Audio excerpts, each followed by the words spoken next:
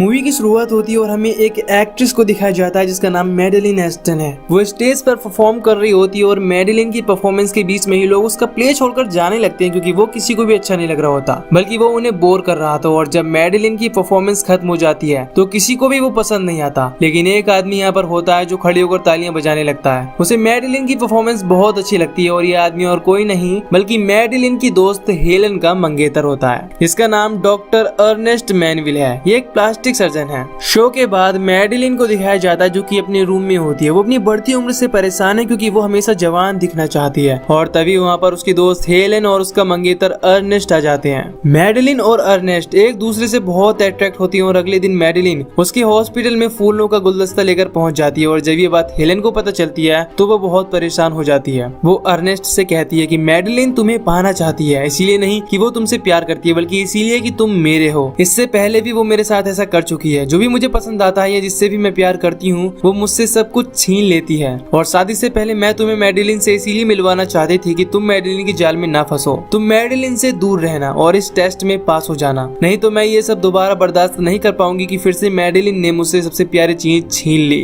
Ernest उसे विश्वास दिलाता है कि मेरी मैडेलिन के साथ जो मीटिंग थी वो बस काम के सिलसिले में थी। मैं सिर्फ उसे ये बता रहा था कि स्किन की केयर और सर्जरी कैसे की जाती है। कुछ ही दिनों बाद ये दिखाया जाता है कि अर्नेस्ट की और मैडेलिन की शादी हो गई है। उसने हेलन से एंगेजमेंट तोड़ दी है और इस बात से हेलन को बहुत दुख होता है। उसकी आंखों में आंसू होते हैं। धीरे धीरे वक्त बीतता है और 7 साल बीत जाते हैं। 7 साल बाद हेलन पूरी तरह से बदल चुकी होती है। वो एक मोटी औरत है। वो हमेशा से राइटर बनना चाहती थी, लेकिन अब वो राइटिंग के बारे में सोचती भी नहीं। वो अब मैडेलिन के बारे में ही सोचती रहती है और किसी से नहीं मिलती। उसके दिमाग में बस एक ही चीज थी और वो थी मैडेलिन। हेलन अपनी साइकियाट्रिस्ट से मिलने के लिए जाती है और वो हेलन से कहती है कि तुम्हें अपने दिमाग से मैडेलिन को निकालना है, तुम्हें उसे अपनी यादों से खत्म करना होगा। इस बात से हेलन के दिमाग में एक आइडिया आता है। वो कहती है कि मैं उससे बदला लूंगी। अब 7 साल और बीत जाती हैं और 7 सालों बाद दिखाया जाता है कि मैडेलिन का एक्टिंग करियर पूरी तरह से खत्म हो चुका है। वो पहले से भी ज्यादा उम्र की दिखने लगी है और एक सुबह उसे एक इन्विटेशन मिलता है और ये इन्विटेशन हेलन का होता है। दरअसल उसने किताब लिखी होती है फॉरएवर यंग और ये उसी की पार्टी होती है।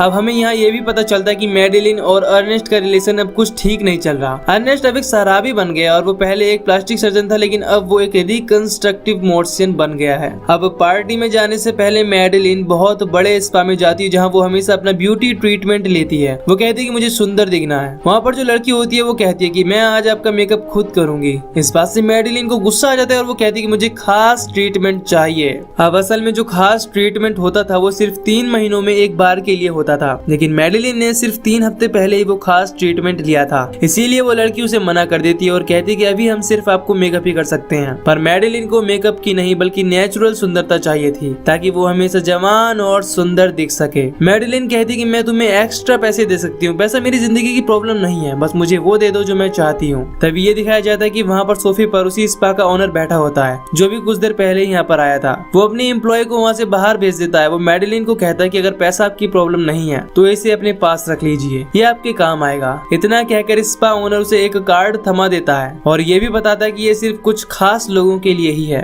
पर मैडेलिन उसे सीरियस नहीं लेती और उस कार्ड के 2 टुकड़े करके अपने पर्स में डाल लेती है। इसके बाद मैडेलिन वापस चली जाती है और रात को वो अर्नेस्ट के साथ हेलन की पार्टी में जाती है। और जब वो हेलन को देखती है तो पूरी तरह से हैरान हो जाती है क्योंकि उसकी बॉडी पूरी तरह से बदली हुई होती है। वो पहले से भी ज्यादा सुंदर दिख रही थी। मैडेलिन उसे बिना मिले जाना चाहती थी क्योंकि वो नहीं चाहती थी कि वो उसे इस रूप में देखे, लेकिन हेलन उसे देख लेती है और रोकती है। वो कहती है कि पास्ट में जो कुछ भी हुआ उसमें तुम्हारी कोई गलती नहीं है, ये सब अर्नेस्ट की गलती थी। वो तुम्हारे पास गया था, तुमने उसे मुझसे नहीं छीना, मैंने तुम्हें इसके लिए कभी भी जिम्मेदार नहीं माना। कुछ देर बाद यही सारी बातें वो अर्नेस्ट से भी कहती है और हम समझ पाते हैं कि हेलन आज भी मैडेलिन से बहुत नफरत करती है। और अब जब हेलन मैडेलिन की बुराई कर रही होती है तो मैडेलिन ये सब सुन लेती है और उसे बहुत गुस्सा आता है। मैडेलिन इसके बाद अपने एक यंग लवर से मिलने के लिए जाती है, लेकिन वो उसे अंदर नहीं आने देता क्योंकि उसके साथ पहले से ही उसी की उम्र की एक लड़की होती है। इस बात से मैडेलिन को बहुत गुस्सा आता है और वो उसे उल्टा सीधा कहने लगती है। इस बात से उस लड़की को भी गुस्सा आ जाता है और वो कहता है अगर तुम्हें ज्यादा ही शौक है तो अपनी उम्र के किसी आदमी को देखो। ये सुनकर तो मैडेलिन की आंखों से दुखों का पहाड़ टूट जाता है और वो रोने लगती है और वो रोते रोते जाने लगती है। तभी उसे वो कार्ड दिखता है जो स्पा ओनर ने दिया था।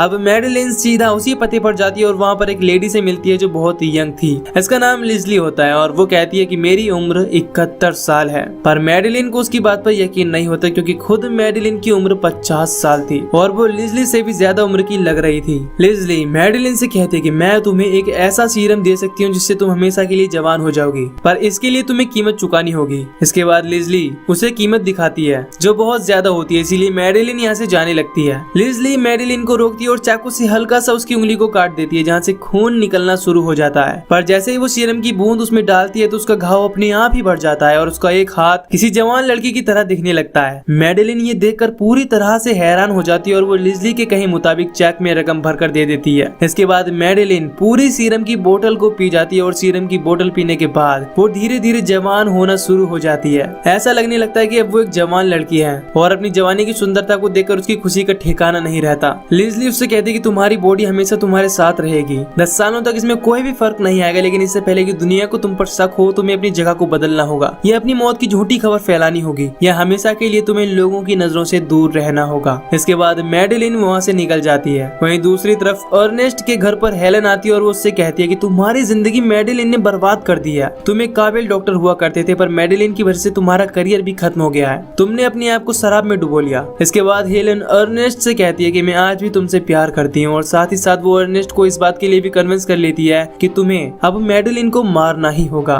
ये दोनों उसकी मौत की प्लानिंग करने लगती हैं और जब मैडेलिन घर पर आती है तो अर्नेस्ट उसकी जवानी को देखकर हैरान नहीं होता, क्योंकि उसे लगता है कि ये सब उसने मेकअप की मदद से किया है और इन दोनों के बीच में अब लड़ाई झगड़ा होना शुरू हो जाता है। अर्नेस्ट उससे कहता है कि तुम मेरे पैसे को इस तरह से अपने आप को सुंदर बनाने में नहीं उड़ा सकती। इन दोनों का झगड़ा इतना बढ़ जाता है कि ये झगड़ते झगड़ते सीढ़ियों के पास पहुंच जाते हैं और अर्नेस्ट मैडेलिन को वहां से धक्का दे देता है और नीचे गिरने से उसकी गर्दन पूरी तरह से टूट जाती है। और अर्नेस्ट जब उसकी बॉडी चेक करता है तो देखता है कि वो अब मर चुकी है। इस बात से खुश होकर वो सीधा हेलन को कॉल करता है और कहता है कि मैंने मैडेलिन को मार डाला। इस पर हेलन उस पर गुस्सा करती है और कहती है कि हमने इस सब की प्लानिंग की थी, तुम्हें ऐसा नहीं करना चाहिए था। इसके बाद हेलन अर्नेस्ट से सीधा पुलिस को कॉल करने के लिए कहती है और ये भी बताती है कि तुम्हें पुलिस के सामने ये सब एक एक्सीडेंट की तरह दिखाना है। तभी हम देखते हैं कि मैडेलिन उठ खड़ी होती है और उसका शरीर अजीब लग रहा है। वो अर्नेस्ट के पास आ जाती है और जब वो पीछे देखता है तो वहाँ पर मैडेलिन को देखकर डर जाता है, क्योंकि अभी भी उसकी गर्दन पूरी तरह से टूटी हुई होती है, यानी कि उसका चेहरा जो आगे की तरफ होना चाहिए था वो पीछे की तरफ था। लेकिन फिर भी वो अच्छे से चल फिर रही थी और बातें कर रही थी। और जब मैडेलिन को एहसास होता है कि वो अब उल्टी हो चुकी है तो वो भी हैरान रह जाती है। जिसके बाद मैडेलिन अपनी गर्दन को सीधी कर लेती है। इसके बाद अर्नेस्ट उसे हॉस्पिटल लेकर आता है और जब हॉस्पिटल में डॉक्टर उसकी बॉडी का चेकअप करते हैं तो वो देखता है कि उसकी गर्दन की हड्डी टूट चुकी होती है, साथ ही साथ उसकी बॉडी में कई सारे फ्रैक्चर होती हैं और उसकी दिल की धड़कन बंद हो चुकी थी। उसकी बॉडी का टेम्परेचर भी बहुत कम हो गया था और ऐसा तभी होता है जब कोई इंसान मर जाता है। डॉक्टर इस बात से पूरी तरह से कंफ्यूज हो जाता है और डर कर यहाँ से निकल जाता है। अर्नेस्ट जब उसकी बॉडी को चेक करता है तो देखता है कि उसकी बॉडी पूरी तरह से ठंडी हो गई होती है और वो उससे कहता है कि तुमने अपने साथ क्या किया, तुमने प्रकृति के नियम को तोड़ा है और ये एक चमत्कार है। इसके बाद अर्नेस्ट भी यहाँ से बाहर निकल जाता है और देखता है कि जिस डॉक्टर ने मैडेलिन का चेकअप किया था उसे इलेक्ट्रिक शॉक देकर बचाया जा रहा है, क्योंकि ये सब देखकर उसके दिमाग का सर्किट खराब हो गया था। मैडेलिन भी ये सब सुनकर बेहोश हो जाती है, लेकिन कुछ ही देर बाद वहाँ पर अर्नेस्ट दोबारा आता है। वहाँ पर एक डॉक्टर होती है और वो डॉक्टर से पूछता है कि यहाँ पर जो पेशेंट थी वो कहाँ पर है। इस पर डॉक्टर कहते हैं कि अब वो जिंदा नहीं है, इसीलिए उसकी डेड बॉडी को मुर्दाघर भेज दिया गया है। ये सुनकर अर्नेस्ट भागता हुआ मुर्दाघर जाता है और वो मैडेलिन को मुर्दाघर से बाहर निकालता है। वो होश में आ जाती है और इसके बाद अर्नेस्ट मैडेलिन को घर वापस ले आता है। उसकी बॉडी में जो भी डैमेज होता है वो उसे रिपेयर कर देता है। दरअसल अर्नेस्ट का काम यही था, मुर्दों का मेकअप करना, ताकि उनके घर वालों के सामने डेड बॉडीज को अच्छी तरह से प्रेजेंट किया जा सके।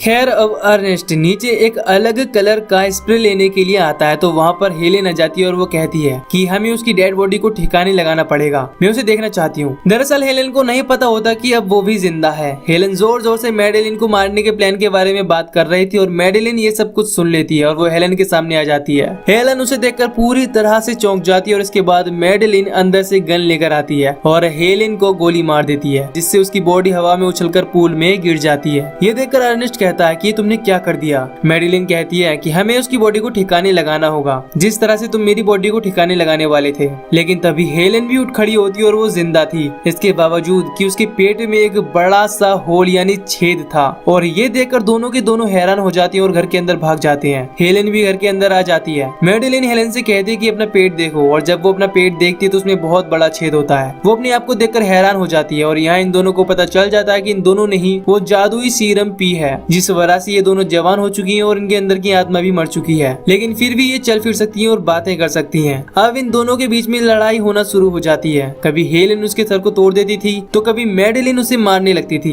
लेकिन ये दोनों समझ जाती कि एक दूसरे से लड़ना फिजूल है और इन दोनों को एक दूसरे से जो भी शिकायतें होती हैं वो एक दूसरे से कहती हैं। इसके बाद ये दोनों ही अपनी अपनी गलतियों को एक्सेप्ट कर लेती हैं और पुरानी सारी बातें भूलकर फिर से दोस्त बन जाती हैं। ये दोनों अब ऊपर जाती है जहाँ पर अर्नेस्ट इस घर को छोड़कर जाने की तैयारी कर रहा था, लेकिन मैडेलिन अर्नेस्ट से कहती है कि तुम नहीं जा सकते क्योंकि मैंने हेलेन को वादा किया है कि तुम उसकी बॉडी को रिपेयर करके ठीक करोगे जिस तरह से मेरी की थी। अब अर्नेस्ट इन दोनों को ठीक करने के लिए मान जाता है, साथ ही वो ये भी कहता है कि इसके बाद तुम मुझे जाने दोगी, ना तुम मुझे कभी ढूंढोगी और ना कभी मेरे बारे में पता करोगी। ये दोनों अर्नेस्ट की बात मान जाती हैं और अर्नेस्ट इन दोनों को पूरी तरह से रिपेयर कर देता है जैसे ये पहले थी। और अब ये दोनों सोचने लगती है कि अगर इनकी बॉडी में दोबारा से इस तरह के डैमेज हुए तो उन्हें कौन ठीक करेगा। इसीलिए ये फैसला करती है कि जो सीरम इन दोनों ने पिया था वो उसे अर्नेस्ट को भी पिलाएंगी ताकि वो हमेशा इनके साथ रह सके और जब भी इनकी बॉडी को रिपेयर की जरूरत हो तो वो इनकी बॉडी को रिपेयर कर दे। अब जब अर्नेस्ट घर छोड़कर जा रहा होता है तभी दोनों उसे पीने के लिए एक ड्रिंक देती है और इस ड्रिंक में कुछ नशीला था ताकि ये उसे बेहोश करके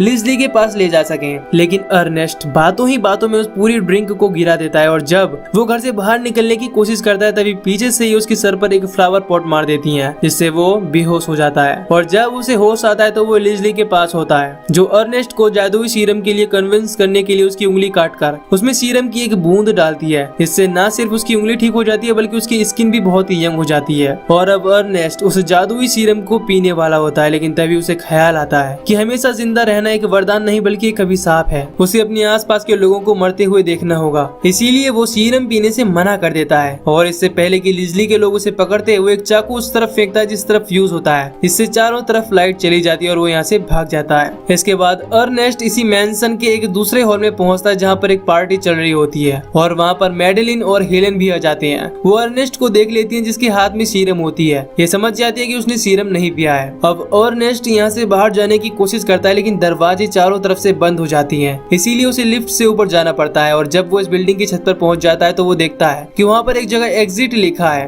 वो उस जगह तक पहुंचने की कोशिश करता है पर तभी उसका पैर फिसल जाता है और वो एक लोहे की पोल के साथ लटक जाता है। यहाँ पर मैडेलिन और हेलेन भी आ जाती है और वो उसे कहती है कि अब तुम्हें उस सीरम को पीना ही पड़ेगा, नहीं तो तुम नीचे गिरकर मारे जाओगे। अर्नेस्ट को भी यकीन हो जाता है कि अब वो जिंदा नहीं बच सकता। वो सीरम अपनी जेब से निकालता है और एक बार फिर से पीने की कोशिश करता है, लेकिन उसे फिर से एहसास होता है कि ये सीरम वरदान नहीं बल्कि एक अभिशाप है। इसीलिए वो सीरम को नीचे फेंक देता है और अगले ही पल वो खुद भी गिर जाता है। लेकिन अर्नेस्ट एक स्विमिंग पूल में गिरता है जिससे उसकी जान बच जाती है। जब तक मैडेलिन और हेलेन नीचे आते वो यहाँ से निकल चुका होता है। ये दोनों अर्नेस्ट के जाने से परेशान हो जाती हैं क्योंकि इनकी बॉडी अब खराब होना शुरू हो गई थी। हेलेन मैडेलिन से कहती है कि लिज़ली ने हमें कहा था कि हमें अपनी बॉडी का ध्यान रखना होगा और अब हमारी बॉडी खराब हो रही है, हमारे पास कोई भी नहीं है जो हमारी बॉडी को रिपेयर कर सके। मैडेलिन कहते कि अब हम दोनों को ही एक दूसरे को पेंट करना होगा। धीरे धीरे अब 37 साल बीत जाते हैं। एक दिन दोनों एक चर्च में जाती है जहाँ पर अर्नेस्ट का फ्यूनरल चल रहा होता है। अर्नेस्ट का बहुत बड़ा परिवार था